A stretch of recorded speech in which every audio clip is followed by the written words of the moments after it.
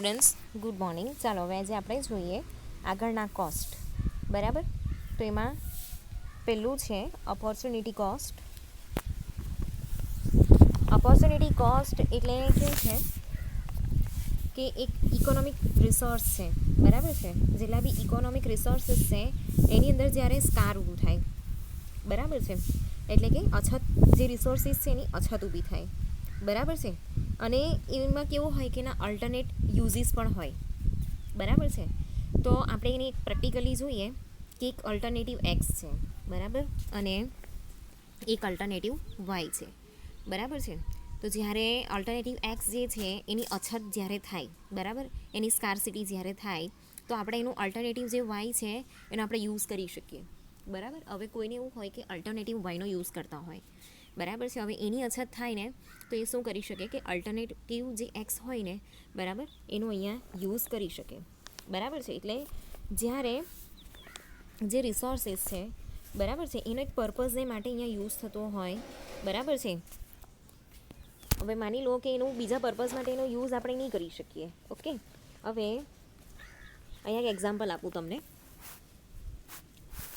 કે એક 10,000 રૂપિયા છે તમારી પાસે, બરાબર છે, એનો યુઝ તમે શાના માટે કર્યો? જે મશીન છે ને એને બાય કરવા માટે. બરાબર છે, તો હવે આ જે 10,000 રૂપિયા છે એનો તમે મશીન બાય કરવા માટે યુઝ કરવાના છો, તો એનો એ 10,000નો યુઝ તમે રો મટીરિયલ ખરીદવા માટે નહીં કરી શકો. બરાબર છે, એટલે અહીંયા આખો કન્સેપ્ટ જે છે ઓપોર્ચ્યુનિટી કોસ્ટનો એ કેવું છે કે એની અંદર આપણે લિમિટેડ સોર્સિસ આપણી પાસે ઊભા છે. બરાબર છે, અને એની અંદર છે ને આપણે કોઈ વસ્તુ માટે કોઈ શું કરવું પડે? સેક્રિફાઈસ અહીંયા કરવું પડે. બરાબર છે, પણ એની અંદર કેવું હોય કે જે આપણને બેનિફિટ વધારે થતો હોય ને એને અહીંયા ઓપોર્ચ્યુનિટી વધારે આપવામાં આવે. બરાબર છે, એટલે અહીંયા આપણે 10,000નું જે મશીન ખરીદ્યું ને, તો મશીન લેવું એ ઓપોર્ચ્યુનિટી કહેવાય. તો એટલા માટે અહીંયા આ થયું ઓપોર્ચ્યુનિટી કોસ્ટ. બરાબર છે, તો અહીંયા શું હોય કે આપણે જ્યારે મની ઇન્વેસ્ટ કરતા હોઈએ, બરાબર છે, તો જેવી રીતે અહીંયા 10,000ની લિમિટેશન્સ મેં તમને આપી, કે તો એની અંદર આપણી પાસે 4-5 વસ્તુ ખરીદવાની છે, તો એની અંદરથી જેની જરૂર સૌથી વધારે હોય, કે જેમાં તમને ફાયદો વધારે થતો હોય, એવા અલ્ટરનેટિવને આપણે અહીંયા જે છે એ ખરીદવાનું હોય. ઓકે, તો એ વસ્તુમાંથી આપણે જે ખરીદવું એને આપણે કહીશું ઓપોર્ચ્યુનિટી કોસ્ટ. બરાબર, તો અહીંયા છે ને કેવું હોય કે આપણે કોઈ બી એક વસ્તુ તરફનો આપણો જે બેનિફિટ છે ને એને આપણે અહીંયા સેક્રિફાઈસ કરવો પડે. ઓકે, એના પછી છે ઇમ્પ્લિસિટ કોસ્ટ. તો ઇમ્પ્લિસિટ કોસ્ટની અંદર શું છે કે ઇમ્પ્લિસિટ એટલે આંતરિક. બરાબર છે, તો એક ઇમ્પ્લિસિટ કોસ્ટની અંદર એવું હોય કે the implicit cost is to be understood with reference to the explicit cost. હવે ઇમ્પ્લિસિટ અને એક્સપ્લિસિટની અંદર એવો ફરક છે કે અહીંયા માની લો કે explicit cost is certain and fixed like 10% interest on bonds indicate 10% explicit cost. બરાબર, ચાલ, તો અહીંયા એક્સપ્લિસિટ કોસ્ટ એવો છે કે આપણે કોઈ બોન્ડ ખરીદીએ છીએ કંપનીના. બરાબર છે, તો એની અંદર આપણને 10% જે છે ઇન્ટરેસ્ટ મળવાનું છે. બરાબર છે, તો એ જે 10% છે ને એ એક્સપ્લિસિટ કોસ્ટ કહેવાય. બરાબર, if the bond are issued today at ₹92 which are repayable after 1 year with its face value or per value of ₹100, then ₹8 will become the implicit cost. બરાબર, એટલે એક્સપ્લિસિટ કોસ્ટ શું છે કે અહીંયા આપણે જે બોન્ડ લીધો 92 રૂપિયાનો એ એક્સપ્લિસિટ કોસ્ટ ગણાય. બરાબર છે, હવે એની પર માની લો કે 10%ના ઇન્ટરેસ્ટના હિસાબે એ આપણને વર્ષે 100 રૂપિયા મળતા હોય. બરાબર છે, તો જે 8 રૂપિયાનો જે ચોખ્ખો ફાયદો અહીંયા થયો છે કે ચોખ્ખો નફો થયો છે એને આપણે કહીશું ઇમ્પ્લિસિટ કોસ્ટ. બરાબર છે, તો અહીંયા એકચ્યુઅલી 10% એ નહીં થશે. બરાબર છે, 11.5%ના હિસાબે આપણે જોવા જઈએ ને તો 8% મળે. બરાબર છે, તો એવી રીતે આ જે છે એને કહેવાય ઇમ્પ્લિસિટ કોસ્ટ. એના પછી છે સંક કોસ્ટ. સંક એટલે કેવું? ડૂબી જવું.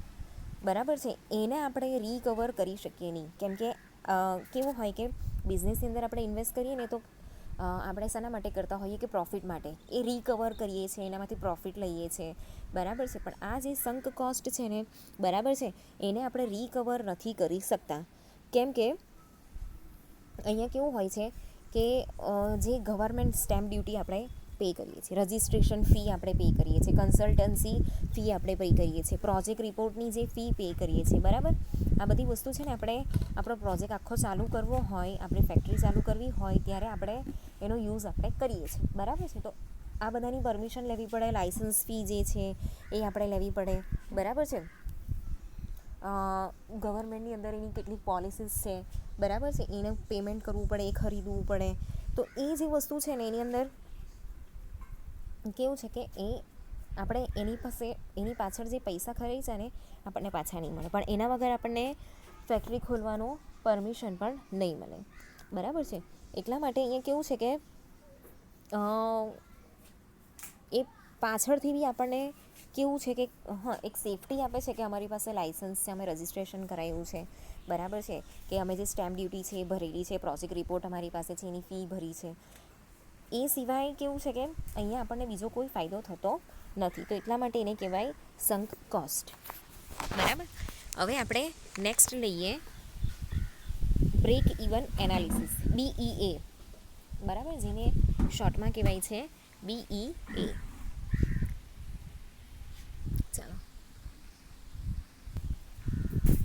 ચાલો તો BE એટલે શું? તો BEની અંદર BEAની અંદર કઈ વસ્તુ જે છે એ અહીંયા ગણવામાં આવે છે. તો એની અંદર total sales is equal to total cost, બરાબર છે. એટલે કે total contribution is total fix cost, બરાબર. તો અહીંયા જે બીજી વસ્તુ જે છે એને ભાગવામાં આવે છે ટોટલ ફિક્સ કોસ્ટ ભાગ્યા સેલ્સ એન્ડ વેરિયેબલ કોસ્ટ, બરાબર. અને ટોટલ ફિક્સ કોસ્ટ ભાગ્યા જે CS રેશિયો છે એ છે ને, હું તમને એક ચાર્ટની અંદરથી તમને બરાબર શીખવાડી શકીશ. પણ આપણે એ પહેલાં જોઈ લઈએ કે બ્રેક ઇવન એનાલિસિસ શું છે. મેં તમને આગળ પણ થોડુંક ઇન્ટ્રોડક્શન જેવું આપેલું હતું કે બ્રેક ઇવન એનાલિસિસ એટલે આપણે જે પણ પ્રોડક્ટની પાછળ ખર્ચો કરીએ છીએ, બરાબર. હવે મશીનરી લાવ્યા, આપણે આખું ફેક્ટરી ઊભી કરી, મશીનરી લાવ્યા, બરાબર છે. પછી એની અંદરથી આપણે રો મટીરિયલ લાવ્યા, બરાબર છે. પ્રોડક્ટ જે ફિનિશ્ડ ગુડ્સ જે છે એને ઊભું કરવા માટે આપણે રો મટીરિયલ લાવ્યા, ઇલેક્ટ્રિસિટીની વ્યવસ્થા કરી, પાણીની વ્યવસ્થા કરી, પછી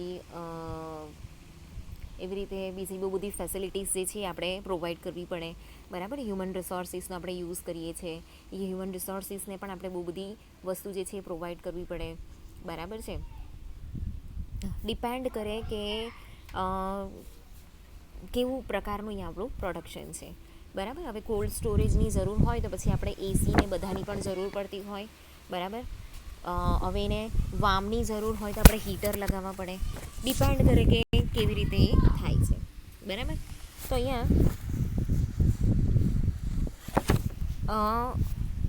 જે બ્રેક ઇવન એનાલિસિસ છે, માની કે બધી વસ્તુની અંદર 50 લાખનો ખર્ચો થયો, પણ રો મટીરિયલ લાવ્યા, બરાબર, અને આપણે પ્રોડક્શન કરીએ છીએ.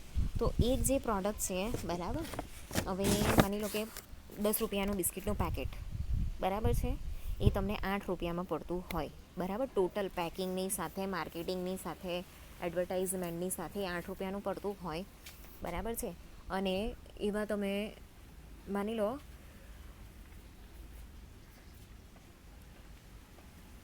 કે 8,000 રૂપિયાના તમે 800 બિસ્કિટના પેકેટ બનાવ્યા, બરાબર છે. હવે 800 બિસ્કિટના પેકેટ જ્યારે માર્કેટમાં જાય છે અને એમાંથી 400 વેચાઈ ગયા, તો તમને 4,000નું શું થયું કે એ તમારું સેલિંગ થઈ ગયું, બરાબર છે.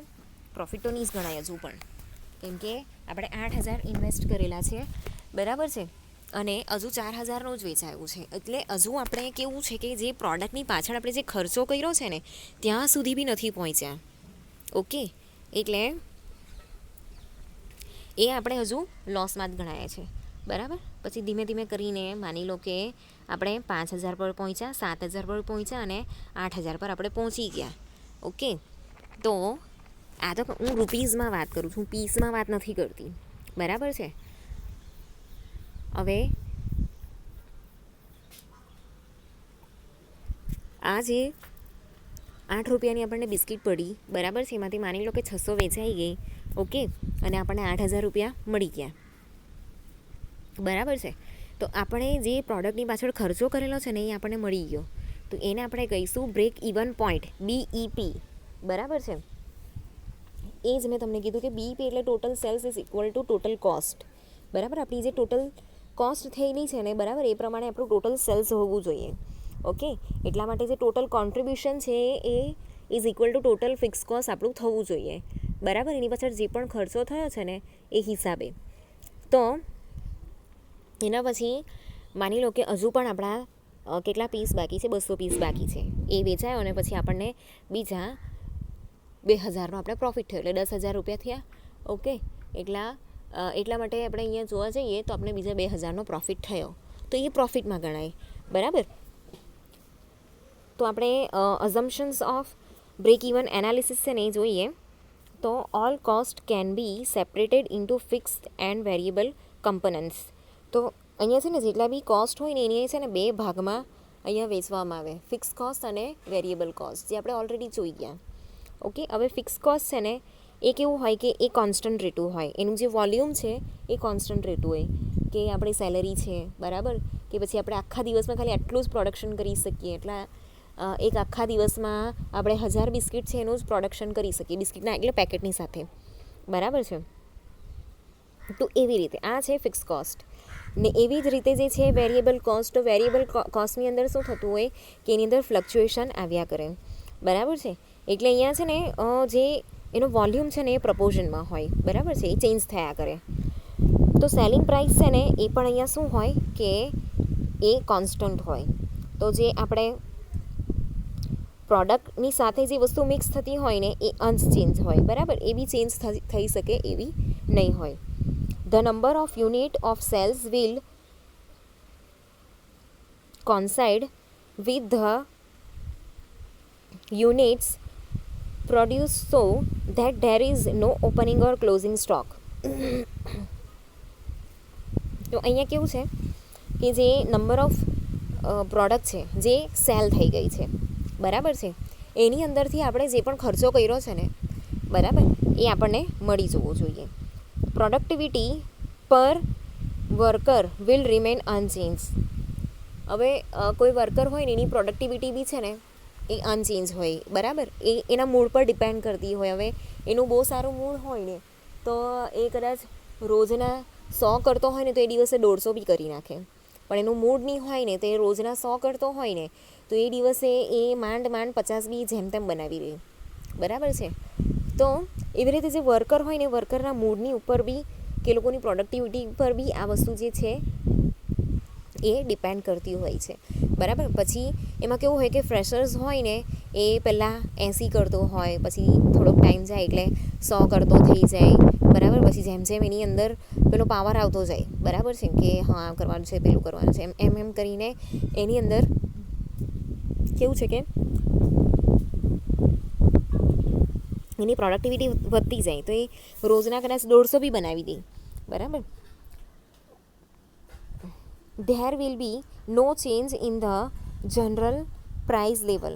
એક જનરલ પ્રાઇસ લેવલ હોય કે બિસ્કિટ જે છે આનાથી વધારે પ્રાઇસમાં તમે નહીં વેચી શકો, બરાબર. ડિપેન્ડ છે કે કેટલા ગ્રામની છે. હવે 25 ગ્રામની છે ને, બરાબર, તો એનો મેક્સિમમ પ્રાઇસ તમે બધું જોવા જાઓ તો 20 રૂપિયાથી વધારેની હોય, બરાબર. જ્યારે 500 ગ્રામનું જે બિસ્કિટનું પેકેટ આવે તે 80 રૂપિયાથી લઈને તમને 150 રૂપિયાનું પણ જોવા મળશે. ડિપેન્ડ કરે એની ક્વોલિટી, એની અંદરના ઇન્ગ્રીડિયન્ટ્સ શું છે એ, ઓકે.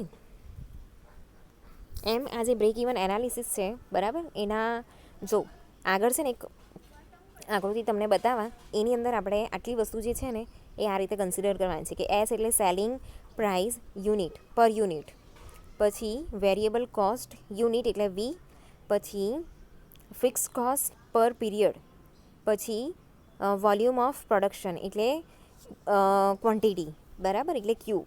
તો ટોટલ સેલ્સ રેવન્યુ જે છે, બરાબર, તો total sales revenue of the firm is given by the following formula, એટલે કે S is equal to S ગુણ્યા ક્યુ, બરાબર. The total cost of the firm for the given production volume is given by TC is equal to total variable cost plus fix cost, પછી એને જે variable cost છે અને quantity એનો ગુણાકાર કરીને એને ફિક્સ કોસ્ટ છે એની સાથે સરવાળો કરવાનો. એનો આખો દાખલો છે ને હું તમને આગળના લેક્ચરમાં કરાવું, બરાબર. એક આકૃતિ બી છે, એના પરથી તમને ચાર્ટ છે એના પરથી હું તમને બરાબર સમજાવી શકીશ, બરાબર. એ આપણે આવતા લેક્ચરમાં જોઈએ.